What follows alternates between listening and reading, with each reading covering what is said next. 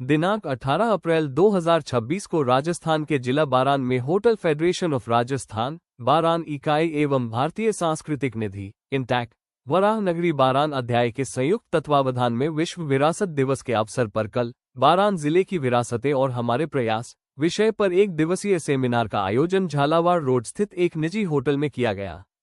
Seminar में प्रशासन, संस्कृति, पर्यटन, साहित्य एवं सामाजिक क्षेत्र से जुड़े गणमान्य नागरिकों की उल्लेखनीय उपस्थिति रही। सेमिनार के मुख्य वक्ता योगेंद्र कुमार शर्मा, अतिरिक्त निदेशक सूचना एवं जनसंपर्क विभाग ने अपने संबोधन में कहा कि बारान जिला ऐतिहासिक, सांस्कृतिक और प्राकृतिक विरासत की दृष्टि से अत्यंत समृद्ध है। इन धरोहरों का संरक्षण केवल सरकारी दायित्व नहीं, बल्कि समाज की सामूहिक जिम्मेदारी है। उन्होंने कहा कि जन जागरूकता, मीडिया और संस्थागत सहयोग से विरासत संरक्षण को जन आंदोलन का स्वरूप दिया जा सकता है। मुख्य अतिथि संदीप सिंह जादौन, सहायक प्रशासनिक अधिकारी, पुरातत्व एवं संग्रहालय विभाग, बारान ने कहा कि जिले की विरासतें हमारी पहचान और गौरव का प्रतीक है एवं विभाग द्वारा संरक्षण के प्रयास निरंतर किए जा रहे हैं, किंतु स्थानीय सहभागिता और संस्थाओं का सहयोग इन प्रयासों को और सशक्त बनाता है। उन्होंने युवाओं से विरासत संरक्षण के प्रति संवेदनशील बनने का आह्वान किया। विशिष्ट अतिथि रामदास शर्मा, को कन्वीनर, इंटेक मांगरोल ने कहा कि इंटेक का मूल उद्देश्य विरासत की पहचान, प्रलेखन और संरक्षण है। बारान जिले में अनेक ऐसी धरोहरें हैं जिन्हें वैज्ञानिक संरक्षण और सतत पर्यटन से जोड़ा जा सकता है। इससे रोजगार के अवसर भी सृजित होंगे और विरासत सुरक्षित भी रहेगी। अध्यक्षता करते हुए हरिओम अग्रवाल, अध्यक्ष, होटल फेडरेशन ऑफ राजस्थान, बारान ने कहा कि पर्यटन और विरासत एक दूसरे के पूरक है। यदि विरासत सुरक्षित रहेगी तो पर्यटन को बढ़ावा मिलेगा और स्थानीय अर्थव्यवस्था सुदृढ़ होगी। होटल फेडरेशन इस दिशा में हर संभव सहयोग देने के लिए प्रतिबद्ध है। कार्यक्रम की शुरुआत जगदीश शर्मा, सचिव, होटल फेडरेशन ऑफ राजस्थान, बारान के स्वागत भाषण से हुई। बच्छराज राजस्थानी, अध्यक्ष, अखिल भारतीय साहित्य परिषद, बारान ने सरस्वती वंदना प्रस्तुत की। दिनेश बंसल, कमलेश गोयल पूर्व अध्यक्ष, केट, मनोज मारू संभागीय अध्यक्ष, केट, आनंद बंसल, कमलेश कुमार नागर इंटेक सदस्य, नाथूलाल मेघवाल, मुरारी राठौर, मृत्युंजय, विष्णु शुक्ला सहित अन्य गणमान्य व्यक्तियों ने अतिथियों का माल्यार्पण कर स्वागत किया। सांस्कृतिक प्रस्तुतियों में नाथूलाल मेघवाल द्वारा बारान जिले की विरासतों पर आधारित गीत तथा श्रीमती चारू सिंह द्वारा रंगीला बालम गीत की मनोहारी प्रस्तुति ने श्रोताओं को राजस्थान की सांस्कृतिक समृद्धि से परिचित कराया। कार्यक्रम का संयोजन Jitendra Kumar Sharma, convener, intake बारान chapter ने किया। अंत में अध्यक्ष हरिओम अग्रवाल ने सभी अतिथियों, वक्ताओं एवं सहभागियों का आभार व्यक्त करते हुए कार्यक्रम के समापन की घोषणा की। लोक संसद न्यूज के लिए बारान से संवाददाता कमल जी नागर की रिपोर्ट। जैसे हम लोग भी इसका रिलीज करते हैं, तो हम भी कोशिश ये करते हैं कि जो वास्तविक जानकारी है वो जनता तक पहुंचे, देश से पहुंचे, और वास्तविकता क्या है उस तक लोगों को पता होना चाहिए।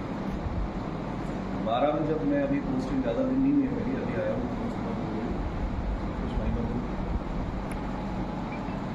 हालांकि सभी पत्रकारगणों से हमारा सीधा संबंध रहता है, सारे पदाधिकारियों से रहता है। डीएलओ के रूप में यहाँ पर मैं हूँ तो कलेक्टर साहब को रिपोर्ट करते हैं हम लोग।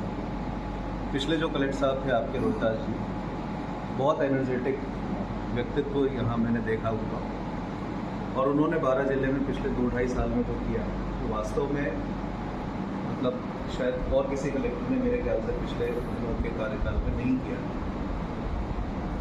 लेकिन उनके साथ जनता साथ, पिछला मैंने अभी पता लगाया जो 12 महोत्सव हुआ था, शानदार कार्यक्रम था। पूरा 12 जैसे एक साथ उमड़ पड़ा था करने के लिए, लेकिन एक दुर्घटना छोटी सी ऐसी हो गई थी जिसकी वजह से तीसरे दिन उसको रद्द करना पड़ा था। लेकिन इस बार जब ये रिपीट हो रहा था तो मेरा व्यक्तिगत था कि मैंने कहा कोई बात नहीं, जो हो गया पहले, लेकिन उस परंपरा को ना तोड़ा जाए। लेकिन चूंकि परिस्थिति ऐसी थी कि कलेक्टर साहब जा रहे थे, उनका ट्रांसफर हो चुका, नए कलेक्टर साहब ने ज्वाइन। जैसे हम लोग भी इसका रिलीज करते हैं, तो हम भी कोशिश ये करते हैं कि जो वास्तविक जानकारी है वो जनता तक पहुँचे, देश से पहुँचे, और वास्तविकता क्या है उस तक लोगों को पता होना चाहिए। 12 में जब मैं अभी पोस्टिंग ज़्यादा दिन नहीं है मेरी, अभी आया हूँ कुछ महीनों में। हालांकि सभी पत्रकारगणों से हमारा सीधा संबंध रहता है, सारे पदाधिकारियों से रहता है। डीएलओ के रूप में यहाँ पर मैं हूँ तो कलेक्टर साहब को रिपोर्ट करते हैं हम लोग। पिछले जो कलेक्टर साहब थे आपके रोहतास जी, बहुत एनर्जेटिक व्यक्तित्व यहाँ मैंने देखा हुआ, और उन्होंने बारां जिले में पिछले 2-2.5 साल में जो किया तो वास्तव में मतलब शायद और किसी कलेक्टर ने मेरे ख्याल से पिछले दिनों के कार्यकाल में नहीं किया। लेकिन उनके साथ जनता साथ पिछला मैंने अभी पता लगाया जो बारां महोत्सव हुआ था, शानदार कार्यक्रम था। पूरा बारां जैसे एक साथ उमड़ पड़ा था करने के लिए, लेकिन एक दुर्घटना छोटी सी ऐसी हो गई थी जिसकी वजह से तीसरे दिन उसको रद्द करना पड़ा था। लेकिन इस बार जब ये रिपीट हो रहा था तो मेरा व्यक्तिगत था कि मैंने कहा कोई बात नहीं, जो हो गया पहले, लेकिन उस परंपरा को ना तोड़ा जाए।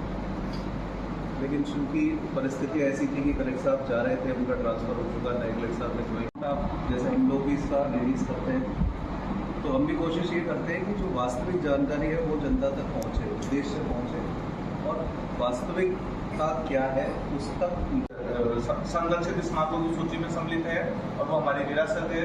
और रामगढ़ क्रेटर का हमारे वो उसमें विश्व विरासत में जो सम्मिलित हुआ है, उसके लिए हमारे इन्होंने इंटेक के प्रयासों से वो संपन्न हो पाया है। और शेरगढ़ का किला है, इसमें बादल महल है। शाहबाद का जो किला है वो भी हमारी भू विरासत की श्रेणी में आता है। और हमारा जो काकुनी का मंदिर है वहाँ पे, जैसा कि अभी बताया हमारे जितेंद्र जी सब ने, और वहाँ पे जो गणेश मंदिर है वो अपने आप में एक शिल्प का बहुत अच्छा नमूना है। और वहाँ पे एक शिव मंदिर भी है, सहस्त्र शिवलिंग, उसका भी एक इतिहास रहा है। इसके अतिरिक्त हमारी बारां जिले के संरक्षित स्मारकों की सूची में 28 से 30 हमारी संरक्षित स्मारकों की सूची है, वो काफ़ी लंबी चौड़ी है। हमारे पुरातत्व विभाग के द्वारा अधिक से अधिक प्रयास किए जाते हैं, जितने भी हमारे जो अभी वर्तमान में जो संरक्षित स्मारक हैं, गढ़ हैं, किले हैं और मंदिर हैं, उनके संरक्षण और जीर्णोद्धार का कार्यक्रम हम समय समय पर करवाते रहते हैं। जल्दी शेरगढ़ का जो किला है वो पर्यटकों के लिए आमदन के लिए अभी खोला गया है, वहाँ पे भी एक म्यूजियम स्थापित करने का हमारा विचार चल रहा है। और इस बारां जिले के लिए कुछ कर दिया तो वो चीज एक इतिहास में बदल जाएगी। और हमारे प्रयासों से यदि हमारी जननी जन्मभूमि गरीयसी नाम से जो श्लोक है, यदि हम हमारी जन्मभूमि के लिए कुछ कर सकते हैं तो कर गुजरे। मैं समझता हूँ कि आज यहाँ जितने भी सहभागी हैं वो सभी इस योग्य हैं कि अपने अपने स्तर पर प्रयास करें, हमारे जनप्रतिनिधियों से, हमारे सम्मान्य अधिकारियों से, समाज सेवी संस्थाओं से। तो वो दिन दूर नहीं कि हम बारां को राष्ट्रीय स्तर तक ले जाएंगे। और मैं ज़्यादा बाधा नहीं बनते हुए ऑर्डर फेडरेशन ऑफ राजस्थान के बारां इकाई के अध्यक्ष सम्मान्य हरिओम जी अग्रवाल से अनुरोध करूँगा कि वे अपना उद्बोधन दें।